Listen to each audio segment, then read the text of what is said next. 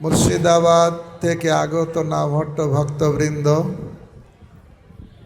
আমাদের আজ অনেক বড় সৌভাগ্য যে আমরা মহাপ্রভুর দিব্য আবির্ভাব স্থলে আমরা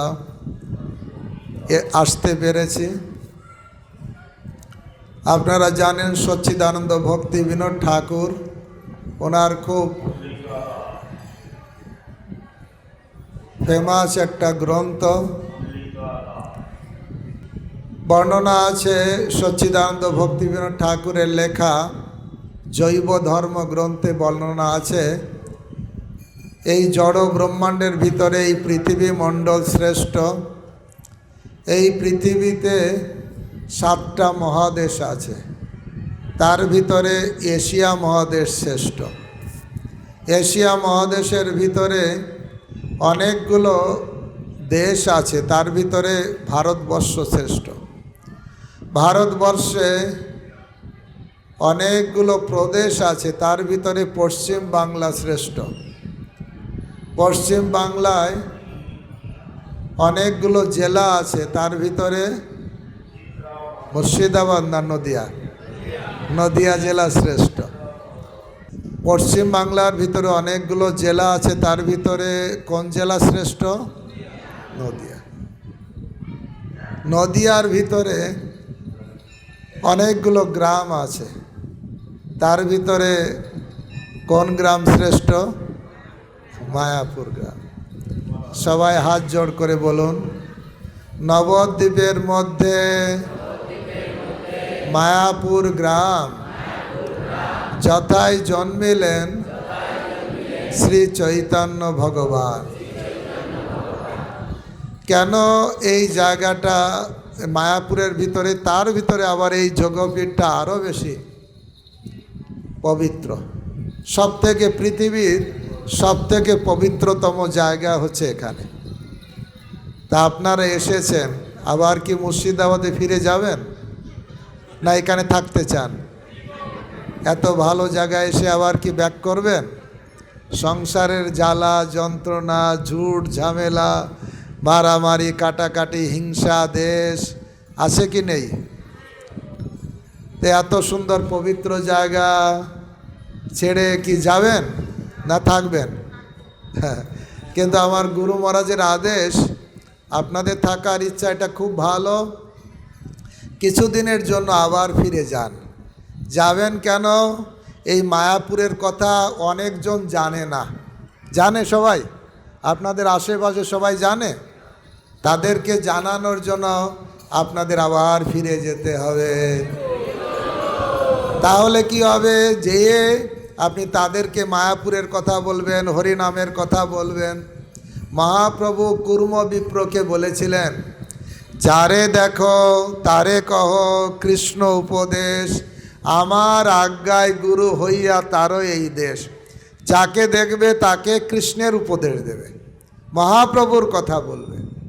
তাহলে কি লাভ হবে? কভু না বাঁধিবে তোমায় বিষয় তরঙ্গ। এই সংসারের জ্বালা যন্ত্রণা, উদ্বেগ উৎকণ্ঠা প্রভাবিত করবে না। কভু না বাঁধিবে তোমায় বিষয় তরঙ্গ, পুনরপি এই ঠাই পাবে মোর সঙ্গ। কারা মহাপ্রভুর সঙ্গ লাভ করতে চান? হরি বল। গৌরাঙ্গ গৌরাঙ্গ গৌরাঙ্গ গৌরাঙ্গ। এই ধামে 9টা দ্বীপ আছে। কয়টা দ্বীপ আছে? মহারাজ কালকে বলছেন শ্রবণ কীর্তন স্মরণ বন্দন, এরকম যাত্রা যেমন নববিধা ভক্তির অঙ্গ আছে, ঠিক এই 9টা দ্বীপও 9টা ভক্তির অঙ্গ।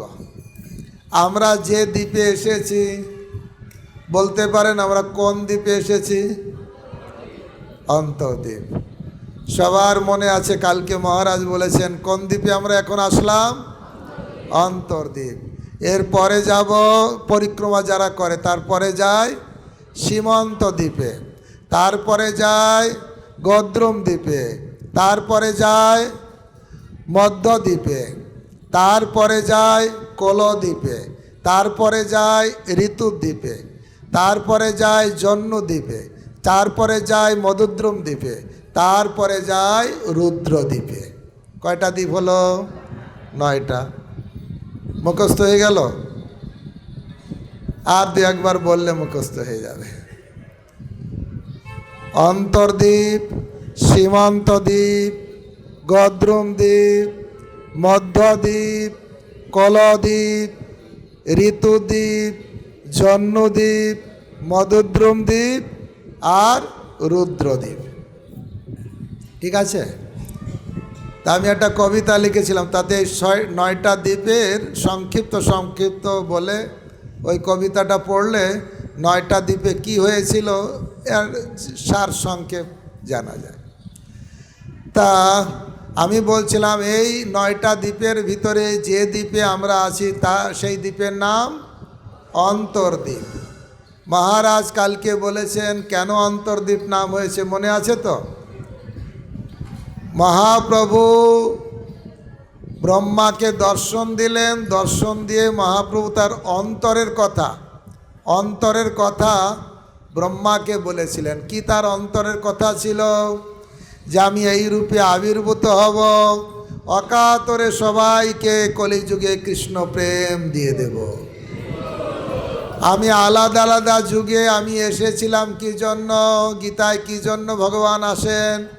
পরিত্রাণায় সাধুনাং বিনাশায় চ দুষ্কৃতাম। সাধুদের পরিত্রাণের জন্য আর দুষ্কৃতিকারীর বিনাশের জন্য ভগবান আসেন।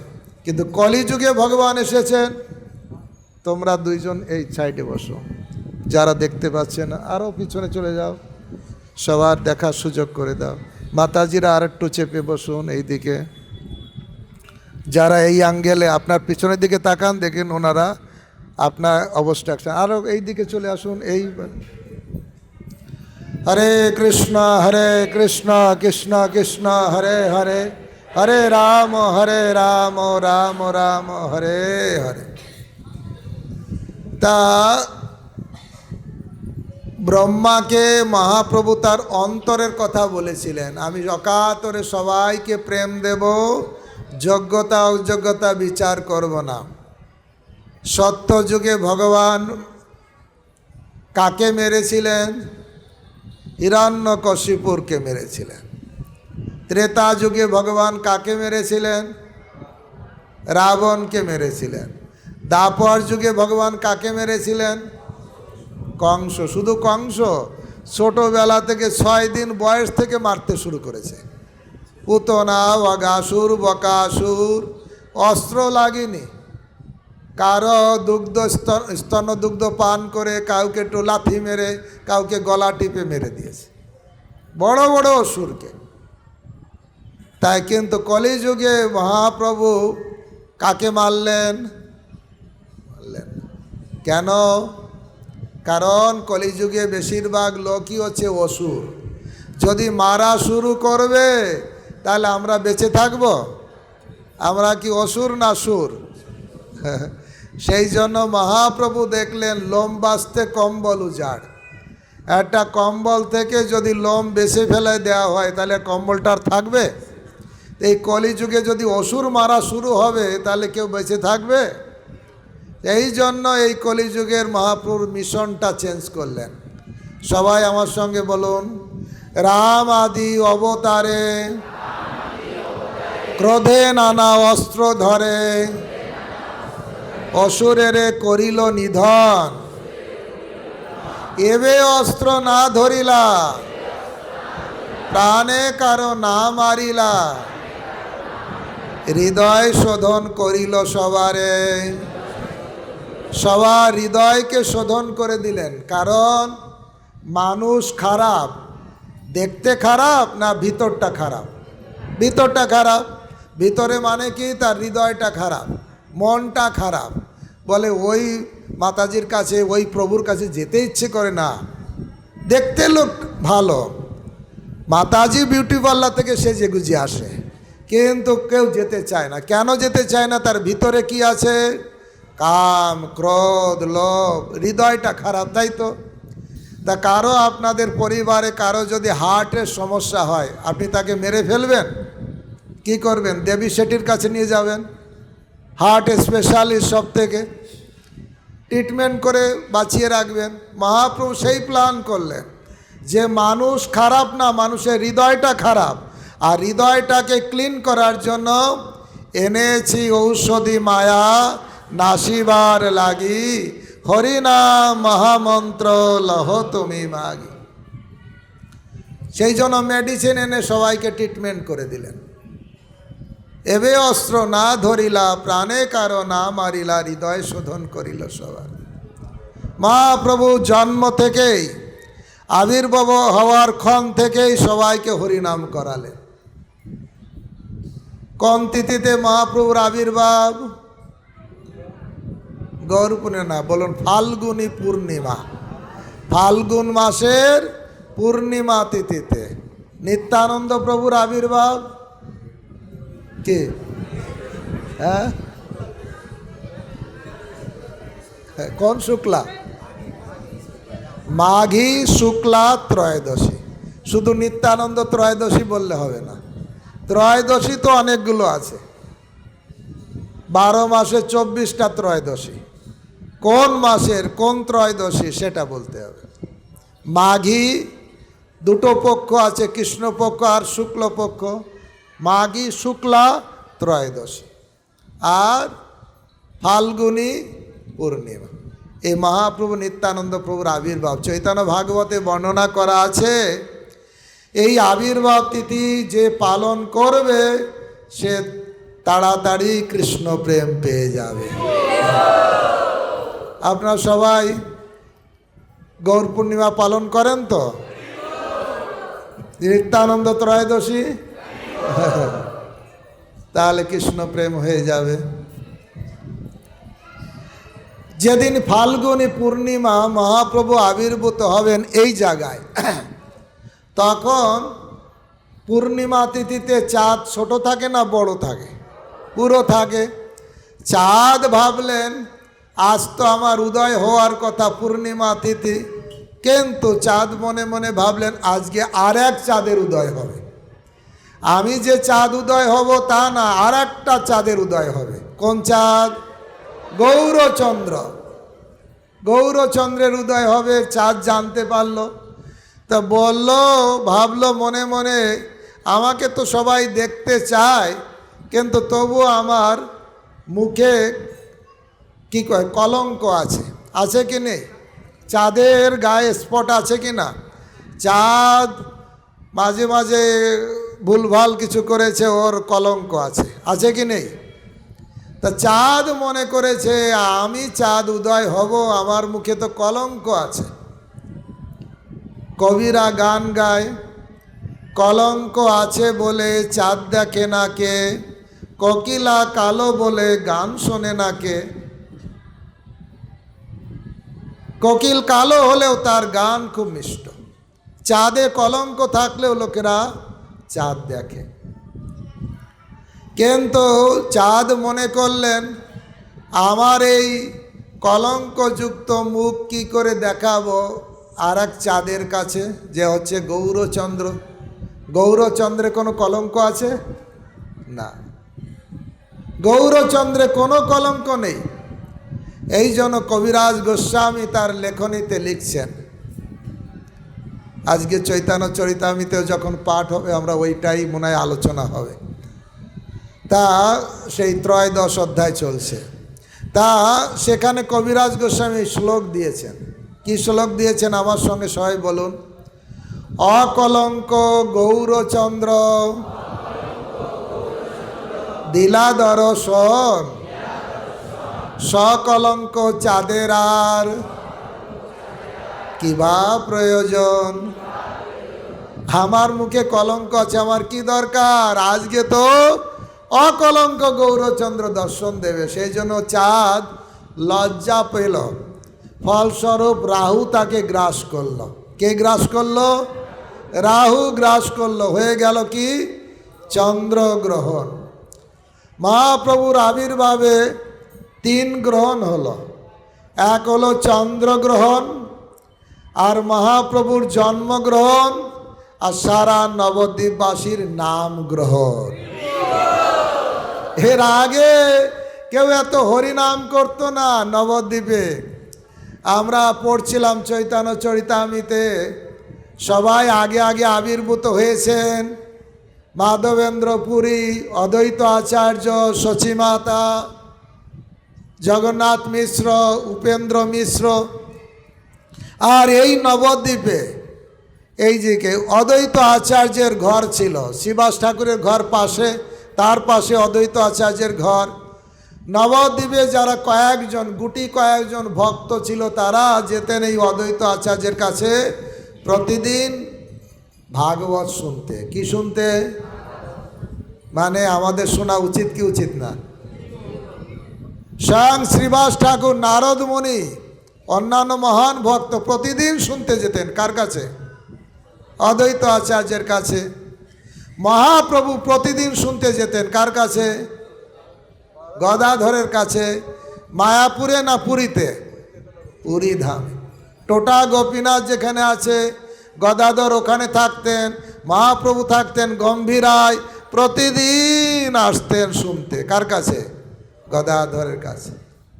বলতেন ভাগবত পড়ো, আমি শুনব। এখানে যখন ভাগবত আলোচনা হতো আর ভক্তরা দুঃখ করতেন, ভাগবত শুনে এত সুন্দর কথা, কিন্তু দুঃখ কেন হতো? ভক্তদের আবার কি দুঃখ? প্রহ্লাদ মহারাজ বলছেন নৃসিংহদেবকে, হে প্রভু, আমার তো কিছু দরকার নেই, কিন্তু তবু আমার মনে একটু দুঃখ। আরে ভক্ত তো ত্রিতাপ জ্বালা থেকে মুক্ত হয়ে গেছে, তাহলে তার দুঃখ কি? দুঃখ হচ্ছে তৎ শোচে তদ বিমুখ জনা। শোচে মানে অনুশোচনা হয়, দুঃখ হয়। কার জন্য? তদ বিমুখ জনা, আপনার যারা ভক্ত হচ্ছে না তার জন্য বড় দুঃখ হয়। তাহলে ভক্তদের দুঃখ কার জন্য হয়? নিজের জন্য না পরের জন্য? তারা হরিনাম করছে না, কৃষ্ণপ্রসাদ খাচ্ছে না, তারা পাপ আচরণ করছে, তাদের জন্য দুঃখ হওয়া দরকার। বৈষ্ণবরা মিলে বলতেন, আহা নবদ্বীপবাসী তারা হরিনাম করে না, তার জন্য খুব দুঃখ করতেন। অদ্বৈত আচার্য তো চিৎকার করতেন, এই স্বয়ং ভগবান যদি আসে তাহলে জগতের কল্যাণ হবে, তাছাড়া জগতের কল্যাণ আর হবে না। তাই হে প্রভু আপনাকে আসতেই হবে, হে প্রভু আপনাকে আসতেই হবে, হে প্রভু আপনাকে আসতেই হবে। এই রকম অদ্বৈত আচার্য হুঙ্কার করতেন। হরি বল, হরি বল, হরি বল। অদ্বৈত আচার্য এত হুঙ্কার করতেন, ভগবান তার যে সিংহাসন নড়ে গেছিল। এই জন্য মহাপ্রভু এই অদ্বৈত আচার্যকে বলতেন, তুমি হচ্ছে নাড়া, তোমার হুঙ্কারে আমার আসন নড়ে গেছিল, তাই হয়ে গেল নাড়া। তা দেখুন নবদ্বীপবাসীরাদের জন্য দুঃখ করতেন শ্রীবাস ঠাকুর, অদ্বৈত আচার্য, অন্যান্য ভক্তবৃন্দ। আর অদ্বৈত আচার্যের ঘরে ভাগবত শুনতে আর একজন যেতেন, কে জানেন? বিশ্বরূপ। কে? বিশ্বরূপ। উনি হচ্ছেন চৈতন্য মহাপ্রভুর বড় দাদা। উনি যেতেন, কিন্তু মহাপ্রভু যখন ছোটবেলায় কি করতেন, সচিমাতা রান্না টান্না করে এখানে নিমাইকে বলতেন, নিমাই নিমাই যাও তোমার দাদাকে ডেকে নিয়ে আসো। আর দাদাকে ডাকার জন্য যেতেন নিমাই, দিগম্বর বেশ, ধূলি ধূসরিত গাত্র, আর সবাই ভাগবত পাঠ করছে, আলোচনা করছে, ওতেই মত্ত হয়ে আছে, তার ভিতরে ঢুকে যেতেন। দাদা দাদা দাদা। কেউ যদি ভাগবত পাঠের ভিতরে চিৎকার করে কথা বলে আমাদের ডিস্টার্ব হয় না? কিন্তু তাদের ডিস্টার্ব হতো না, কারণ যে কথা বলছে তার রূপ কোটি চন্দ্র থেকে সুন্দর। এই নিমাইকে দেখে সবাই অবাক হয়ে যেত, ওই নিমাই এসেছে, তাদের যেন ভাগবত পাঠ সার্থক। ভাগবত পাঠের উদ্দেশ্য কি? কালকে আমরা বলছিলাম ছিন্নতাং সকথা কৃষ্ণ গিনন্তস্য সচেষ্টিতম কালেন নাতিদীর্ঘেন ভগবান বিশ্বতে হৃদি। কেউ যদি শ্রদ্ধা সহকারে ভাগবত শ্রবণ করে আর যা শ্রবণ করলো সেটা যদি গ্রহণ করে, তাহলে অতি অল্প সময়ের ভিতরে ভগবান এসে হৃদয়ে বসে যাবে। তা ওনারা সবাই ভাগবত পাঠ করতেন, নিমাই সেখানে ঢুকে যেতেন, যে আর সবাই ভাগবত ছেড়ে দিয়ে অবাক হয়ে নিমার দিকে তাকিয়ে থাকতেন। আর নিমাই যে বলছে দাদা দাদা চলো, মা ডাকছে। দাদা যেতে চাইতো না, কারণ ভাগবত পাঠে এত আবিষ্ট, যেতে চাইতো না। কৃষ্ণ সেবায় কেউ যখন আকৃষ্ট হয়ে যায়, শ্রবণে আকৃষ্ট হয়ে যায়, তখন খাওয়ার কথা আর মনে থাকে? পরীক্ষিত মহারাজ 7 দিনে কতবার খেয়েছিল? আমরা কতবার খাই? 3 সাতায় 21 বার হচ্ছে কমপক্ষে, তারপরে তো এটা সেটা আছে। না খেলেন অন্ন, না খেলেন জল। তাই ভগবত কথাতে এত আবিষ্ট, বিশ্বরূপ আবিষ্ট। আর নিমাই কি করতেন? তার জামা ধরে টানতেন, দাদা দাদা চলো চলো, টানতে টানতে নিয়ে আসতেন। তা আমার বলার উদ্দেশ্য হচ্ছে, তারা সেই ভাগবত পাঠে নবদ্বীপের কথা আলোচনা করতেন। নবদ্বীপবাসীরা হরিনাম করে না, কি করে? বিড়ালের বিয়ে দেয়, এই বিড়াল এই বিড়ালের সঙ্গে বিয়ে দেয়, পুতুলের বিয়ে দেয়, অনেক টাকা খরচা করে। আবার কেউ যুক্তি তর্ক দিয়ে পণ্ডিত আর এক পণ্ডিতকে হারায়, এই নিয়ে সারা দিন রাত চলে।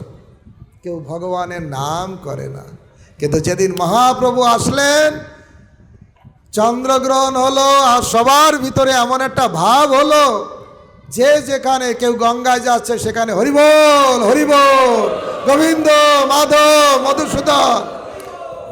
গঙ্গার ঘাটে যাচ্ছে, ঘরে থাকছে, যে যেখানে রাস্তাঘাটে সবাই হরিবোল বলছে। নবদ্বীপবাসীরা বলছে এরকম চন্দ্রগ্রহণ প্রতিদিন হলে ভালো। কারা চান গৌরাঙ্গ মহাপ্রভু আবার আবির্ভূত হোক? কারা চান আমার হৃদয়ে মহাপ্রভু এসে যাক? তাহলে হৃদয়টাকে রেডি করতে হবে কি দিয়ে? হরে কৃষ্ণ কৃষ্ণ কৃষ্ণ হরে হরে, হরে রাম রাম রাম হরে হরে। মহাপ্রভুর আবির্ভাবে 3 গ্রহণ হলো, জন্মগ্রহণ, চন্দ্রগ্রহণ আর নাম গ্রহণ। মহাপ্রভু আবির্ভূত হওয়ার সঙ্গে সঙ্গে বিভিন্ন লোক থেকে, শুধু আশেপাশের মানুষ নয়, এখানকার আশেপাশে যত ব্রাহ্মণীরা ছিলেন সবাই বাটাতে উপহার নিয়ে আসলেন উপহার দেওয়ার জন্য।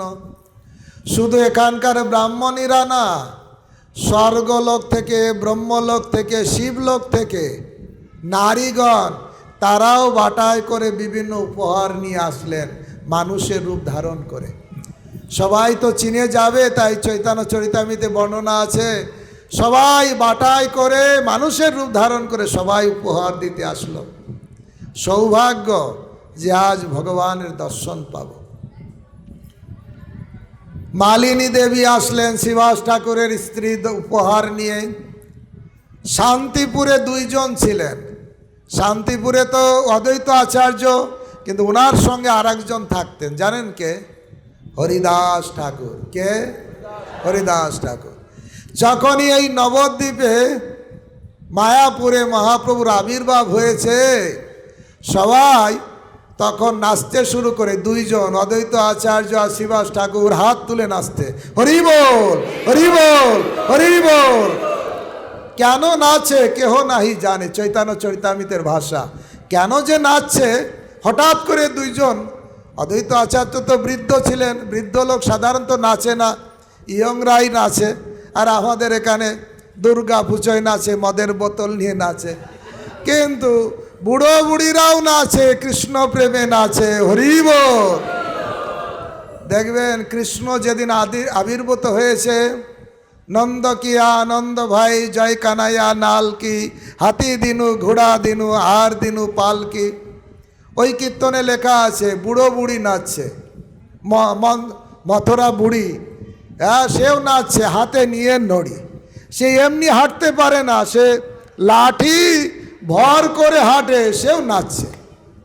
এ শুধু হয় ভগবানের আবির্ভাব যখন হয়। ঠিক যেই রকম দেখবেন ভক্তগণ, হৃদয়ে যখন ভগবানের স্ফূর্তি হয়, হরি নামে আনন্দ হচ্ছে, ভগবানের সেবায় আনন্দ হচ্ছে, হরি কথায় আনন্দ হচ্ছে, আনন্দ কি হাত পায় না ভিতরে হয়? ভিতরে হয়। তখন ভিতরের আনন্দ যে পায় সেই বোঝে। হরি নামে কি আনন্দ করলে জানা যায়, যে করেছে সেই জেনেছে, অন্যের জানা বড় দায়। রসগোল্লা কত মিষ্টি কে জানবে? এরকম দেখালে বুঝতে পারবেন কত মিষ্টি? বুঝতে পারবেন না। কিন্তু আমি দিলাম, আর আপনি যদি দয়া করে ওটা খান, সঙ্গে সঙ্গে বুঝতে পারবেন। তা সেই রকম মানুষকে বলতে হবে, প্রভু দয়া করে হরিনাম গ্রহণ করুন। মহাপ্রভু আবির্ভূত হলেন, সবাই উপহার নিয়ে আসছেন। অদ্বৈত আচার্য হরিদাস ঠাকুর শান্তিপুরে নাচতে শুরু করেছেন গঙ্গার ঘাটে। ওখানে শান্তিপুরে গঙ্গার ঘাটে গিয়ে এত আনন্দ হয়েছে, সবাইকে দান করছে, এটা ওটা দান করছে। তখন সীতা ঠাকুরানী অদ্বৈত আচার্যের স্ত্রী, উনিও সোনার থালাতে করে, এই নয় স্টিলের থালা, আগে তো তাও কাঁসার থালা থাকতো, তাও একটু দেখতে ভালো লাগতো। এখন মাজার ভয়, পরিষ্কার করার ভয় কেউ আর ঘরে কাঁসার থালাও রাখে না। ধাতুগুলো সব বাদ দিয়েছে, কারণ মাজতে হবে। আর কি বলে, মশলাপাতি কুটতে হবে বলে শিল নোড়া উঠিয়ে দিয়ে মিক্সি নিয়ে এসছে। তারপরে যখন হাতটা ব্যথা করছে, ডাক্তারের কাছে যাই, ডাক্তার বলছে এইরকম করুন, এইরকম করুন, এইরকম করুন। কেউ যদি আগে এরকম করতো তাহলে আর ডাক্তারের কাছে যেতে হতো? আগে থেকে এরকম করলে আর যেতে হয় না। যত আরাম তত ব্যারাম, কিছু মনে করবেন না, মাতাজিরা ক্ষমা করবেন। তা অদ্বৈত আচার্যের স্ত্রী সীতা ঠাকুরানী, তিনি সুন্দর সোনার থালাতে, কাঁসার থালাও না, স্বর্ণ থালাতে সুন্দর সুন্দর মণি মাণিক্য মুক্তা, এই নয় ভিখারি ছিলেন না, ব্রাহ্মণ বলে গরিব ছিলেন না, খুব বড় ধনী ছিলেন অদ্বৈত আচার্য। তার স্ত্রী যখন সোনার থালাতে করে সুন্দর সাজিয়ে বলছেন, স্বামীর কাছে এসেছে, প্রভু সচী মাতার পুত্র হয়েছে। কার পুত্র হয়েছে? সচী মাতার পুত্র হয়েছে, আমি যাব উপহার নিয়ে দেওয়ার জন্য। তখন অদ্বৈত আচার্য মনে মনে ভাবছে, যাকে আমি চিৎকার করে করে ডেকে ডেকে আনলাম, আর তাকে দর্শন করার সুযোগ সীতা ঠাকুরানী তোমার হচ্ছে, তুমি যাও যাও যাও যাও, আমি পরে আসছি। অনুমতি দিয়ে দিলেন। এইভাবে সবাই এই জায়গাটা যেন একদম উৎসবময় হয়ে আসলো। শুধু এইখানকার ব্রাহ্মণীগণ নয়, দেবলোক থেকে, স্বর্গলোক থেকে, ব্রহ্মলোক থেকে, সব জায়গা থেকে এসেছিল উপহার নিয়ে। নীলাম্বর চক্রবর্তী চৈতন্য মহাপ্রভুর দাদু, সচী মাতার পিতা, তিনি আসলেন কোষ্ঠী গণনা করতে। জন্মক্ষণে কি হয়?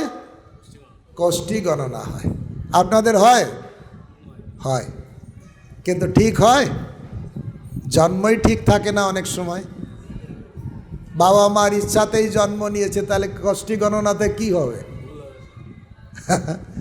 বুঝতে পারছেন কি বলতে চাইছি? আগেকার সন্তানের জন্ম হতো স্বাভাবিকভাবে ভগবানের ইচ্ছাতে, এবং আগের থেকে তার হাতের কোষ্ঠী টোষ্ঠী সব মেনশন থাকতো, জন্ম তারিখ অনুসারে কোষ্ঠী গণনা হয়। এই সময় জন্ম নিয়েছে মানে তার ভবিষ্যতে এইরকম হবে। একবার আমার এক দিদি বলছে, ভাই রে, আমার মেয়ের একটা সন্তান হবে, কোন তিথিতে জন্ম হলে বল ভালো হবে? মানে নিজেদের ইচ্ছায় মানে ডাক্তারের সঙ্গে কথা বলবে ওই তিথিতে যেন সিজার হয়। তো এটা হচ্ছে স্বাভাবিক নয়, সেই জন্য অনেক সময় কোষ্ঠীটা ঠিক হয় না। সত্যি কোষ্ঠী ঠিক করতে গেলে স্বাভাবিকভাবে, অনেকে হয়তো বলবেন না প্রভু এখন নিয়ম হয়েছে সিজার না করলে গাছ বাঁচবে না, ফল বাঁচবে না, কত কিছু কথা। কিন্তু এখন আমাকে একজন বলছিলেন কেউ যদি গর্ভ যন্ত্রণা যখন হবে 2 গ্লাস মতন গোবর ছেঁকে জল, গোবর একদম গোবর ওটা খাবে তাহলে নর্মাল ডেলিভারি হবে, সে বলেছে। এখন আমি কতটা সত্য আমার উপর বিশ্বাস করে শেষে অ্যাক্সিডেন্ট কিছু হয়ে গেল, তখন আমাকে দোষ দেবেন না। ও বলছে ওর 3টে বৌমাতে যত সন্তান হয়েছে ও তাকে গোবর খাওয়াই দিয়েছে, জুস করে পুরো 1 গ্লাস জুস খাওয়াই দেবে নর্মাল। আসলে গাভীর অনেক আছে, তবে দেখতে হবে দেশি গাভী হতে হবে, ওই জার্সি তারপর অস্ট্রেলিয়ান ওইসব গাভীতে কোনো ফল নেই, ওইসব গোবরেও কোনো শুদ্ধতা নেই, ওই সব দুধেও কোনো শুদ্ধতা নেই। যেটা বলছিলাম, যখন নীলাম্বর চক্রবর্তী এসেছেন কোষ্ঠী গণনা করতে, কোষ্ঠী গণনা করে নিরূপণ করেছেন এই পুত্র ভবিষ্যতে রাজা হবে। সব ভক্তদের হৃদয়ের রাজা কে? গৌরাঙ্গ। সবার উপরে রাজত্ব করে বড় বড় বিদর্মীরাও এসে তার চরণে আশ্রয় গ্রহণ করবে। সব কথা বললেন, বড় পণ্ডিত হবে, অনেককে হারাবে, একটা কথা বলেননি আনন্দের দিন তো, জন্ম নিলে সবাই মিষ্টি খায় আনন্দ করে, ওই দিনে দুঃখের কথাটা বললেন না 24 বছর বয়সে সন্ন্যাস নেবে। নীলাম্বর চক্রবর্তী জানতেন কিন্তু বললেন না যে সবার মনে কষ্ট হবে, একটা আনন্দের দিন একটা দুঃখের কথা হবে না। এইভাবে মহাপ্রভু এইখানে আবির্ভূত হলেন, এইখানে বাল্যলীলা করেছেন, এই ঘরেই এখনও আপনারা দেখবেন সচিমাতার ঘরে নিমাই, তাই ঘরে ছোট্ট নিমাইকে যখন, তার আগে নামকরণের কথা বলি, নামকরণ করার জন্য আবার 2-1 মাস পরে নীলাম্বর চক্রবর্তী ব্রাহ্মণকে ডেকে নিয়ে এসছেন, নামকরণ করবেন। কোষ্ঠী দেখে নামকরণের জন্য বললেন নাম, কারণ এই ছেলের আবির্ভাবের ফলে সারা জগতে ধন ধান্যে পূর্ণ হবে, সবাই কৃষকরা ধান পাবে, সবাই ধন সম্পদে পরিপূর্ণ হবে। তাহলে এই পুত্রের নাম হওয়া উচিত বিশ্বম্ভর, কারণ যিনি বিশ্বকে ধারণ এবং পোষণ করেন, তাই নাম হবে কি বিশ্বম্ভর। মহিলারা বলছে ওই খটমটে নাম আমাদের মাথায় ঢুকবে না, ওই সব না। সচী মাতার 8টা কন্যা সন্তান হয়ে জন্ম হয়ে হয়ে মারা গেছে, এই যমের মুখে নিমতিত দেব, এই জন্য এই ছেলের নাম হবে নিমাই। কি নাম হবে? আরো জোরে বলুন, নিমাই। নিমাই, আরো জোরে, চোখ বন্ধ করে একবার নিমাই বলে ডাকুন, নিমাই। দেখতে পাচ্ছেন, ঠিক ডাকতে ডাকতে একদিন দর্শন হয়ে যাবে। আর এখন তো বিগ্রহ রূপে দর্শন পাচ্ছি, এ কি কোন সৌভাগ্যের বিষয়, অনেক সৌভাগ্যের বিষয়। তাই আমরা নিমাইকে দর্শন পাচ্ছি। আপনারা যাওয়ার সময় সবাই প্রণামী দিয়ে যাবেন, ভগবানকে দর্শন করলে, কোনো মঠ মন্দিরে আসলে প্রণামী দিতে, এটা নিয়ম। কত টাকা তো এখানে ওখানে খরচা করতেন ভক্তগণ, আপনারা চিন্তা করুন। যারা ভক্ত হয়েছেন, ভক্ত হওয়ার আগে কত খরচা হতো চা খেতে, কত খরচা হতো ঘরে বিড়ি খেতে, আর বোতলও তো মাঝে মাঝে নিজে না খেলেও কাকে দিতে হতো, কত খরচা হতো। এই জন্য লোকেরা হিংসা করে, এই ভক্ত হয়েছে আর এদের টাকা পয়সা বেড়ে যাচ্ছে, মনে হয় ইস্কন থেকে দিচ্ছে।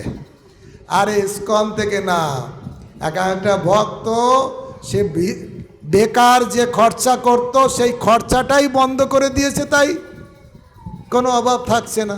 ঠিক বলছি না মিথ্যা বলছি? তা সেই জন্য ধামে আসলে বিগ্রহকে প্রণামী দিতে হয় রাধা মাধব, এখানে সচিব গৌরাঙ্গ মহাপ্রভু। তা আমি যেটা বলছিলাম, নাম হয়েছে নিমাই। এই নিমাই, ছোট্ট বালক নিমাই যখন ঘরে তার মা শয়ন করে দিয়েছেন, চলাফেরা করতে পারে না, দোলনাতে শুয়ে দিয়েছে, আর সচিমাতা বাইরে কাজ করছে, জগন্নাথ মিশ্র বাইরে কাজ করছে। তখন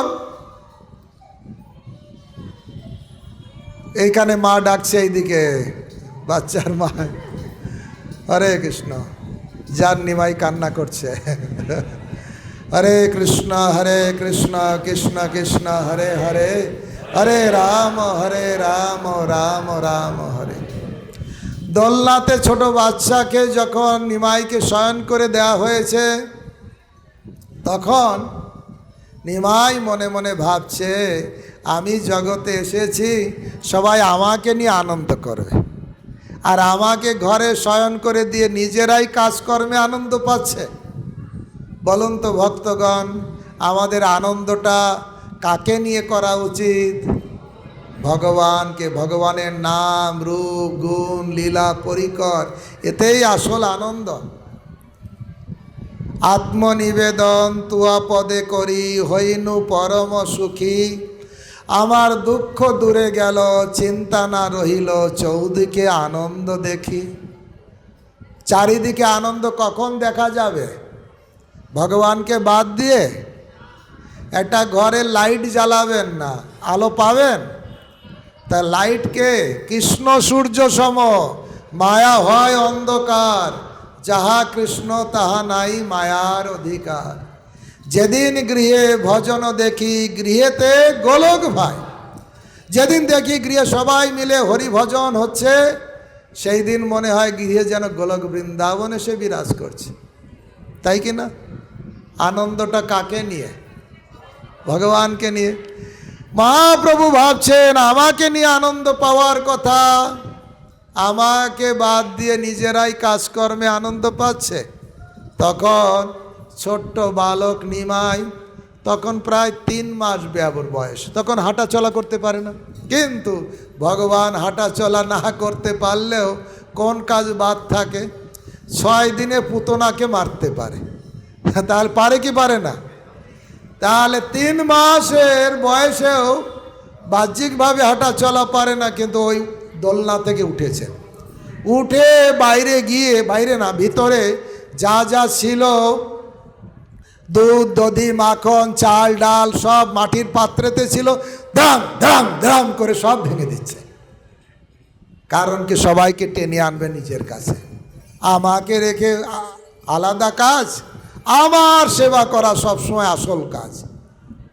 কৃষ্ণ কথা ছাড়া আর সব বাজে কথা, কৃষ্ণ সেবা ছাড়া আর সব বাজে, এরকম বলে না?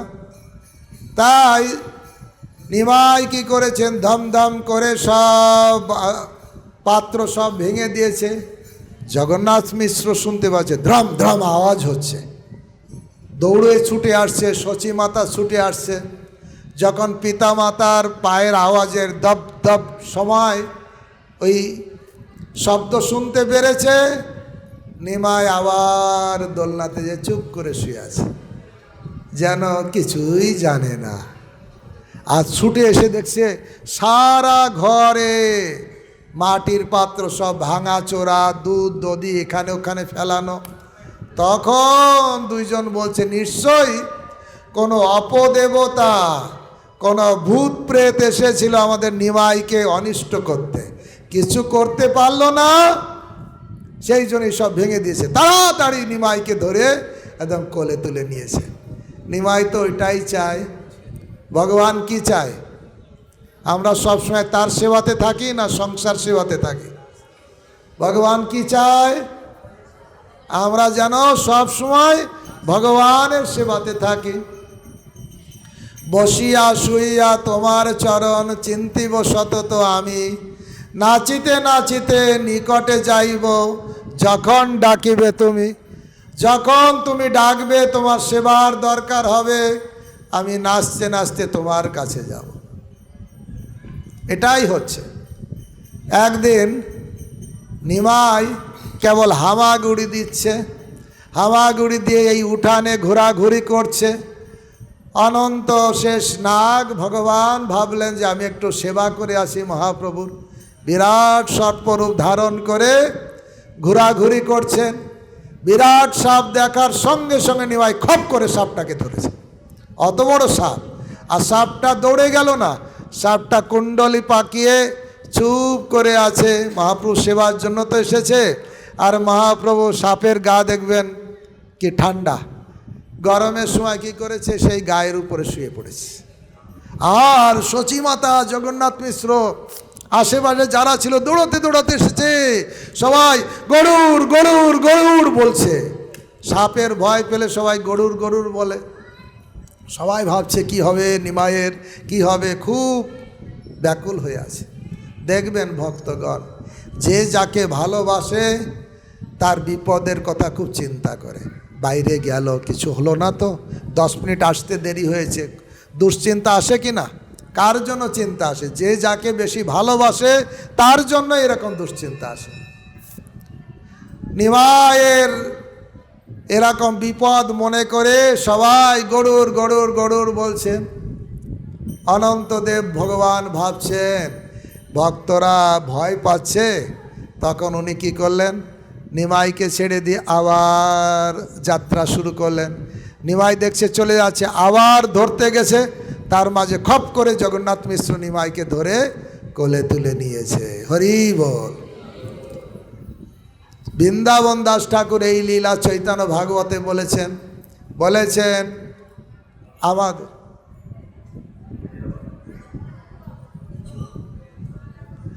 আমাদের সংসারে সাপ দংশন করে কি করে না? কারো করে? সব সময় কামড়াচ্ছে কি না, না আদর করছে? সংসার সাপ বারবার কামড়াচ্ছে, কিন্তু কেউ যদি চৈতন্য মহাপ্রভুর এই সর্পলীলা শ্রবণ করে, তাহলে সংসার সাপ তাকে আর কামড়াবে না।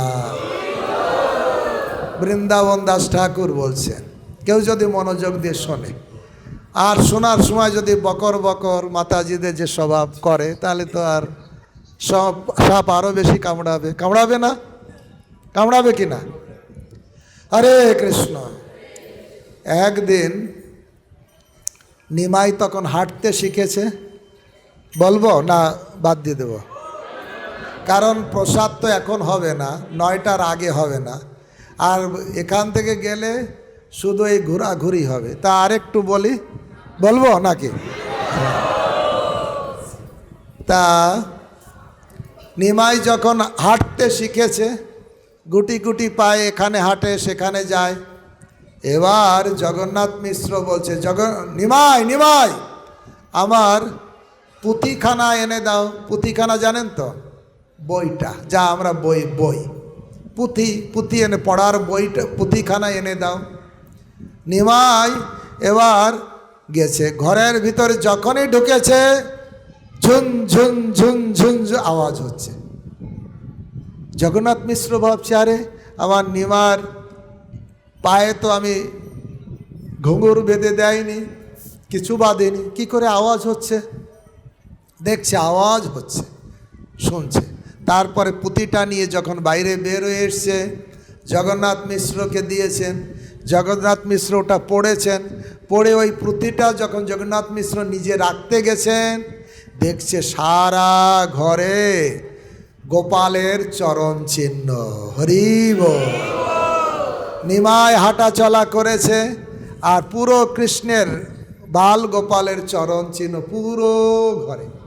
তখন জগন্নাথ মিশ্র চিৎকার করে ডাকছে, ও নিমাইয়ের মা, ও নিমাইয়ের মা, দেখো দেখো দেখো, আমাদের ঘরে যে দামোদর শিলা ছিল না, সে আজকে হাঁটাহাঁটি করেছে। দেখো সারা ঘরে ভগবানের চরণ চিহ্ন। তাড়াতাড়ি দুধ আনো, মিষ্টান্ন করো, দামোদর শিলাকে ভোগ লাগাতে হবে। ভগবানের কিছু অদ্ভুত ক্রিয়া দেখলেই ভক্তরা চায় বিশেষ একটা ভোগের আয়োজন হোক। জগন্নাথ মিশ্র তাড়াতাড়ি সব ব্যবস্থা করলেন, সচিমাতা রান্না করে সুন্দর পরমান্ন ভোগ লাগালেন। কিন্তু আসলে কার চরণ চিহ্ন? নিমাইয়ের চরণ চিহ্ন। বাসুদেব ঘোষ কহে করি জোড়ো হাত, যেই গৌর সেই কৃষ্ণ সেই জগন্নাথ। জগন্নাথ স্বামী কি? সেই জগন্নাথ। এবার কি করেছেন, নিমাই যখন হাঁটাহাঁটি করে এদিকে ওদিকে যায়, এ বাড়িতে ঢোকে, খই পেল চুরি করে নিয়ে আসে, কলা পেল চুরি করে নিয়ে আসে, ফল কিছু পেল চুরি করে নিয়ে আসে। এইভাবে এখানে ওখানে কৃষ্ণ যেমন চুরি করত, লুটু লুটু দধি মাখন খায়, গোয়াল বালক সঙ্গ ধেনু চড়ায়। এখানে খেলার সাথীদের নিতেন না, একা একা যে এ বাড়ি ও বাড়ি চুরি করতেন। চুরি করলে যখন ধরা পড়ে যেতেন, যখন ধরা পড়তেন তখন এরকম হাত জোড় করে বলতেন, আজকে ছেড়ে দাও, আর কোনো দিন এরকম করব না। এত সুন্দরভাবে বলতেন, এত তার মুখের অঙ্গভঙ্গি, কেউ আর রাগ করতে পারত না, ছেড়ে দিত। অধরং মধুরং বদনং মধুরম, চলিতং মধুরং ভ্রমিতং মধুরম, হসিতং মধুরম। সব কিছু যার মধুর তিনি হচ্ছেন পরমেশ্বর ভগবান। তা সবাই ছেড়ে দিত। আর সেই কলা, সেই খই, সেই ছানা সন্দেশ এনে কাকে দিতেন জানেন? যারা বাড়িতে হরিনাম করত। আপনারা জানেন ছোট বয়স থেকে কান্না করতেন, হরিনাম না করলেই কান্না করতেন। এই জন্য ঘরে মহিলারা আসলেই গোবিন্দ মাধব হরিনাম সব করতে লাগলেন। ওই যে চুরি করতেন, চুরি করে যা পেতেন এনে কাকে দিতেন? ওই যারা হরিনাম করেছে তাদের দিতেন। কারা কারা হরিনাম করেন? সবাই করেন। তাহলে কি আর খাবারের অভাব হবে? স্বভাব যদি ঠিক থাকে অভাব হবে কি মনে হয়? না, ভগবান নিজে দায়িত্ব নিয়েছেন সবাইকে খাওয়াবো। বিশেষ করে যা কাদের অনন্য চিন্তয়ন্ত যে জনা পর্যুপাসতে তেষাং নিত্যাভিযুক্তানাম যোগক্ষেম বহাম্মাম। যে অনন্যভাবে আমার চরণে শরণাগত হয়েছে তার যা লাগবে আমি নিজে মাথায় করে বয়ে দেব, আর যা আছে রক্ষা করার জন্য আমি নিজে সিকিউরিটি গার্ড হয়ে থাকব। চিন্তা নেই। বিশ্বাস হয় কি হয় না? কার কার বিশ্বাস হয়? হাত তুলুন। হরি বল, হরি বল, হরি বল। চিন্তা করার দরকার নেই। আপনারা তো অনেক মায়েরা এখানে বসে আছেন, ছোট বালক কখনো মায়ের কাছে যেয়ে বলেছে, মা সকালে তো ঘুম থেকে উঠলাম, সারাদিন আমি কি কিছু খেতে পাবো না না খেয়ে থাকবো? কোনো সন্তান বলেছে মায়ের কাছে? কেন বলিনি? সন্তানের পুরো বিশ্বাস, কি বিশ্বাস? মা আমাকে খেতে দেবে। একটা ছোট বাচ্চার যদি মায়ের উপরে এত বিশ্বাস থাকে, আর আপনারা বা আমরা এত ভক্ত, আমরা কি ভগবানের উপর বিশ্বাস করতে পারি না? অবশ্য রক্ষিবে কৃষ্ণ বিশ্বাস ও পালন। কৃষ্ণ অবশ্যই রক্ষা করবেন, কৃষ্ণ অবশ্যই। আবার প্রসঙ্গ করবে একটা কথা মনে পড়ে, বলি। মহাপ্রভু সন্ন্যাস গ্রহণ করে বাংলায় এসে ফিরে যাচ্ছিলেন। শ্রীবাস ঠাকুর মনের দুঃখে এখান থেকে হালি শহরে, সেখানে কাঁচরাপাড়া না হালি শহরে গিয়েছিলেন, ওখানে থাকতেন। মহাপ্রভু তার বাড়িতে যে দরজা করা নাড়ছে, শ্রীবাস শ্রীবাস আমি এসে গেছি। সঙ্গে তখন শ্রীবাস ঠাকুর ধ্যান করছিলেন মহাপ্রভুর। আর যখন আওয়াজ পেলেন দরজা খুলতেই যার ধ্যান করছেন তাকেই দেখতে পেলেন। কেমন হয় না?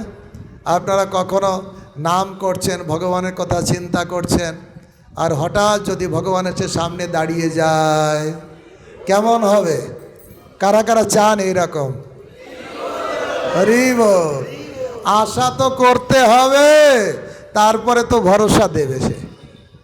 আশা না করলে আসবে কেন? মহাপ্রভুকে দেখেই শ্রীবাস ঠাকুর তাড়াতাড়ি ঘরে নিয়ে গেলেন। মহাপ্রভু শ্রীবাস ঠাকুরের ঘরে 2-3 দিন ছিলেন। 2-3 দিন থাকার পরে শ্রীবাস ঠাকুরকে বলছে, এই শ্রীবাস, আমি তোমার বাড়িতে থাকলাম, তুমি গৃহস্থ মানুষ, তোমাকে কখনো দেখলাম না টাকার ধান্দায় তুমি কোথাও চাকরি বাকরি করছো, ব্যবসা করছো। সারাদিন তোমাকে দেখি ভগবানের পূজা, হরিনাম এই নিয়ে থাকো। তোমার সংসার চলবে কি করে, কিছু যদি আয় ইনকাম না করো? শ্রীবাস ঠাকুর বলছে, প্রভু, আমার এই আয় ইনকামের ধান্দায় যেতে ভালো লাগে না, আমার এর জন্য বৃথা সময় নষ্ট করতে ভালো না, শুধু আপনার নাম করতে ভালো লাগে, আপনার সেবা করতে ভালো লাগে, আমি রাত দিন শুধু তাই করি। ওই তুমি তো গৃহস্থ, এ যদি আয় ইনকাম না করো তাহলে শুধু এই নিয়ে থাকলে কি হবে? বলে, না প্রভু, আমার ভালো লাগে না। বলে, তাহলে তুমি কি করো, সন্ন্যাস নিয়ে নাও। শ্রীবাস বলছে, না প্রভু, আমার এই সন্ন্যাস নিতেও ভালো লাগে না, সন্ন্যাসও নেবে না, গৃহস্থ আয় ইনকাম করবে না, সংসার চলবে কি করে? তখন শ্রীবাস ঠাকুর এরকম 3 বার হাততালি দিয়েছে। মহাপ্রভু বলছে, তুমি 3 বার হাততালি দিয়ে কী বুঝাচ্ছ? আমি 3 বার হাততালি দিলাম এইরকম, এই জন্য আমি দেখব, আমি তো ওই আয় ইনকামের ধান্দায় যাব না, শুধু আপনার নাম, আপনার সেবা নিয়ে থাকবো। তারপরেও যদি একদিন না খেয়ে থাকতে হয়, ঘরে কিছু নেই, না খেয়ে থাকছে, সহ্য করব। তারপরের দিনও যদি আমি সেবা পুজোই করব, আয় ইনকামে যাব না। তারপরের দিনও দেখি যদি আমাকে উপবাস থাকতে হচ্ছে, কিছুই নেই, তাও আমি সহ্য করব, আমি শুধু আপনার নাম করেই যাব, সেবা করব, ওই টাকার ধান্দায় যাব না। তৃতীয় দিনও যদি দেখি আমাকে উপবাস থাকতে হচ্ছে, তাহলে আমি সোজা যে গঙ্গায় ঝাঁপ দিয়ে প্রাণ ত্যাগ করব। আপনার সেবা করে, আপনার নাম করে যদি আমার উপবাস থাকতে হয়, তাহলে এই দেহ রেখে কি লাভ? আমি সোজা গঙ্গায় ঝাঁপ দিয়ে প্রাণ ত্যাগ করব। এই কথা যখন শ্রীবাস ঠাকুর বলেছেন, মহাপ্রভু চিৎকার করে উঠেছে, আরে শ্রীবাস, তোমার ঘরে কোনো দিন অভাব হবে না, তুমি ভগবানের ভক্ত, ধনের অধিষ্ঠাত্রী দেবী হচ্ছে লক্ষ্মী দেবী, সব টাকা পয়সা তার আন্ডারে, উনি হচ্ছেন ফাইন্যান্স মিনিস্টার। বলছে ওই লক্ষ্মী দেবীকে কখনো থালা নিয়ে ভিক্ষা করতে হতে পারে, এও হতে পারে, এটাও হতে পারে, কিন্তু তোমার ঘরে কোনো দিন অভাব হবে না। বিশ্বাস হয়? এটাই ভগবানের আশ্বাসবাণী। আর উনি এনে সেইগুলো সব দিতেন। একদিন জগন্নাথ মিশ্র দেখছেন নিমা একটু বড় হয়েছে, এখানে ওখানে ঝনঝন করে যাচ্ছে, কি করেছে, পায়ে সোনার নূপুর পরিয়ে দিয়েছেন, গলায় সোনার মালা পরিয়ে দিয়েছেন, হাতে বাজুবন্ধ দিয়ে দিয়েছেন, কোমরে কোমরবন্ধ, একদম সোনা, পিওর সোনা, একদম সেনকো জুয়েলারি সোনা, একদম এই নয়, খাঁটি সোনা দিয়ে সুন্দর করে অলঙ্কারে নিমাইকে সাজিয়েছেন। নিমাই সব অলঙ্কার নিয়ে ঝুনঝুন আওয়াজ করে করে এদিক ওদিক যায়, গঙ্গার ঘাটে যায়। এই দেখে 2 চোরের খুব লোভ হয়েছে। কার লোভ হয়েছে? 2 চোরের। বলছে, বাবা, মা চণ্ডীর অশেষ কৃপা, একই জায়গায় এত সোনাদানা পাবো, তাও এক ভোলা ভেলা এক বালক। তখন বলছে, এই একজন চলো, ওর কাছ থেকে আমরা সোনাদানা চুরি করব। দোকান থেকে সন্দেশ কিনেছে, কিনে বলছে, নিমাই নিমাই সন্দেশ খাবে? সন্দেশ সন্দেশ। বলে, দাও দাও।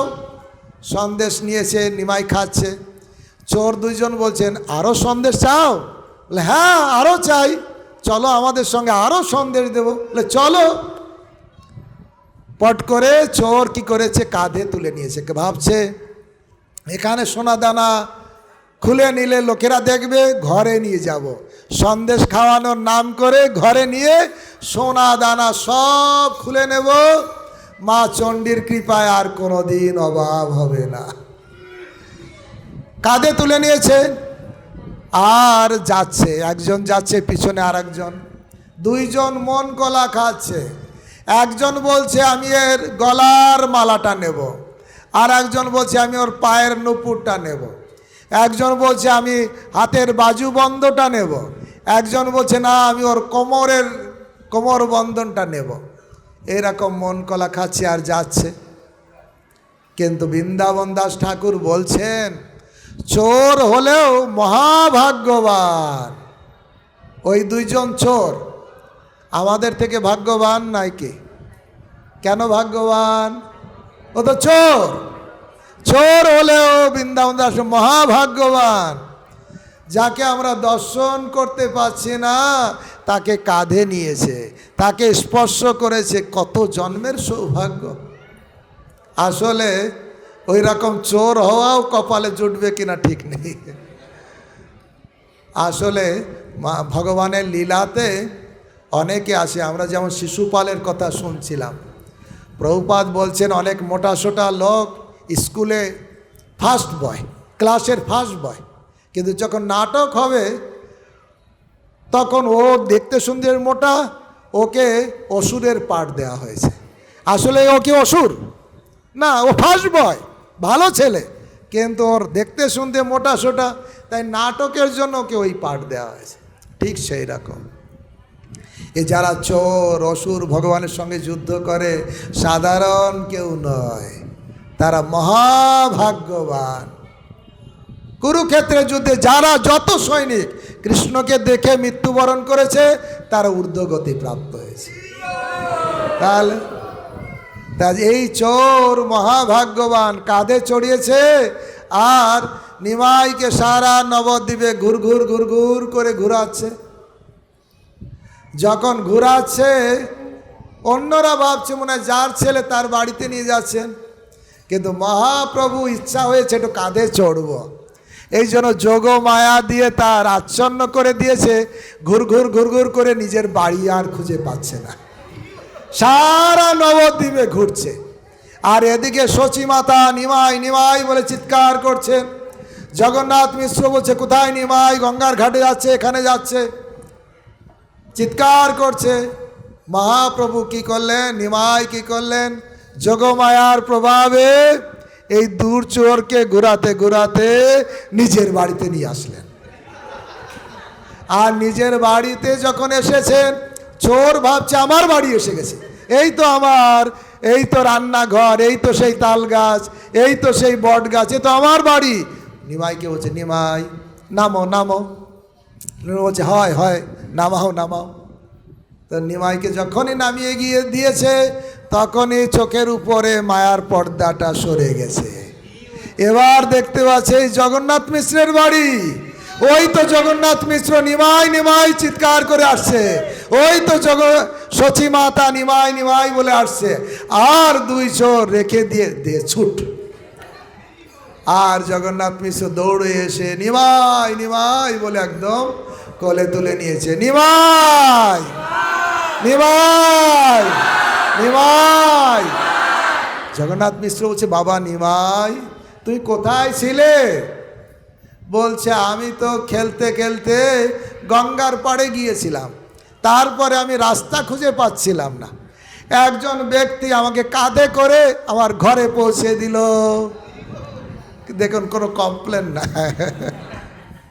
জগন্নাথ মিশ্র কোথায় সেই লোক? ডাকো ডাকো, তাকে পুরস্কার দেব, গিফট দেব। ও চোর কি আর ধারে কাছে থাকে? পালিয়ে গেছে। তো এইভাবে নিমাই তার বাল্য লীলা এখানে করেছেন।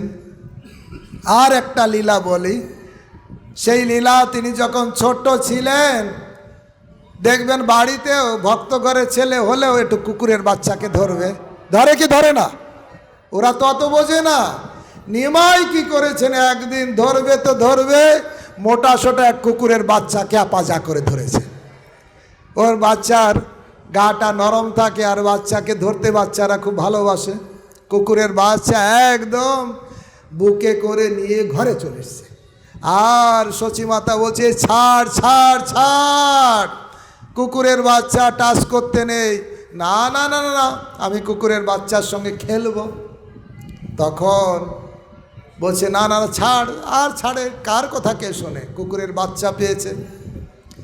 এবার সচিমাতা কি করলেন, একটা প্ল্যান করলেন, বললেন নিমাই নিমাই, তোমার তো প্রসাদ পাওয়ার টাইম হয়েছে, তুমি একটু যাও স্নান করে আসো, আমি কুকুরের বাচ্চাটাকে দেখছি, আমি সামলাচ্ছি, তুমি যাও।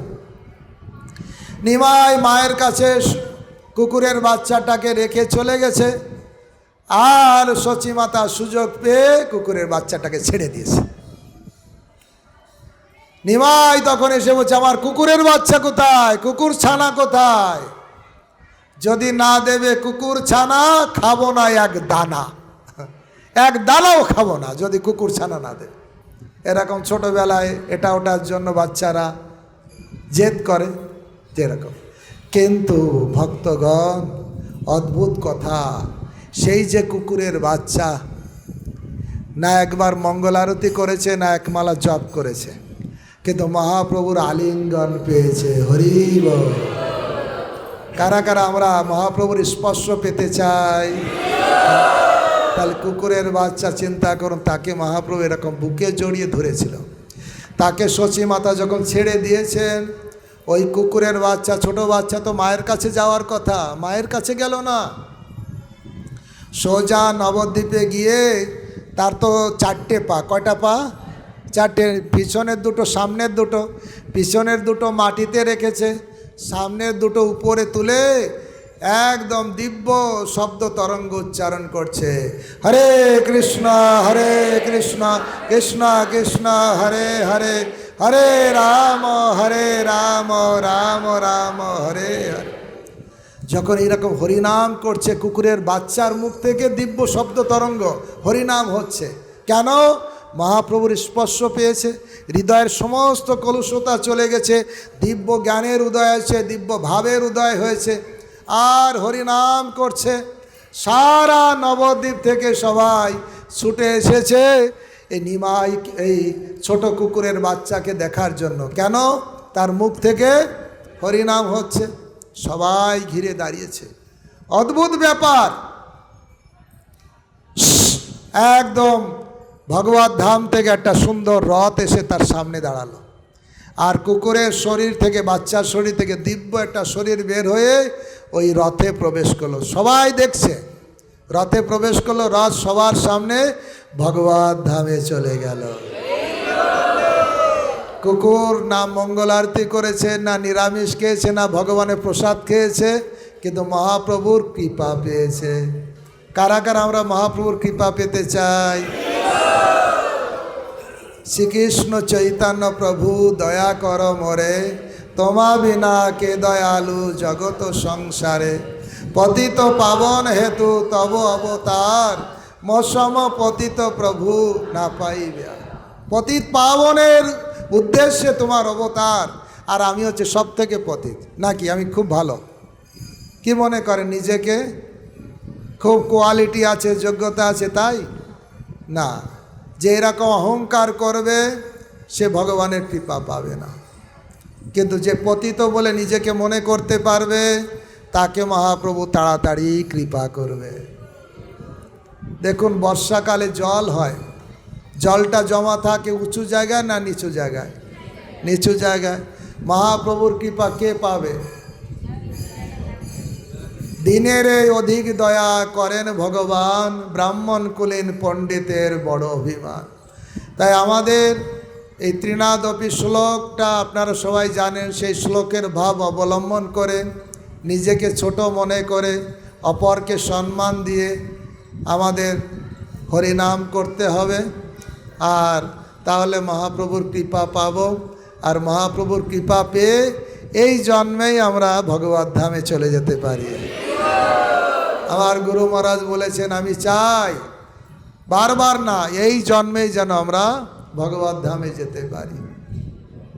তাই ভক্তগণ আপনাদের অনেক অনেক ধন্যবাদ। আর বেশি টাইম নেব না, আর বেশি টাইম নিলে প্রসাদে অসুবিধা হবে।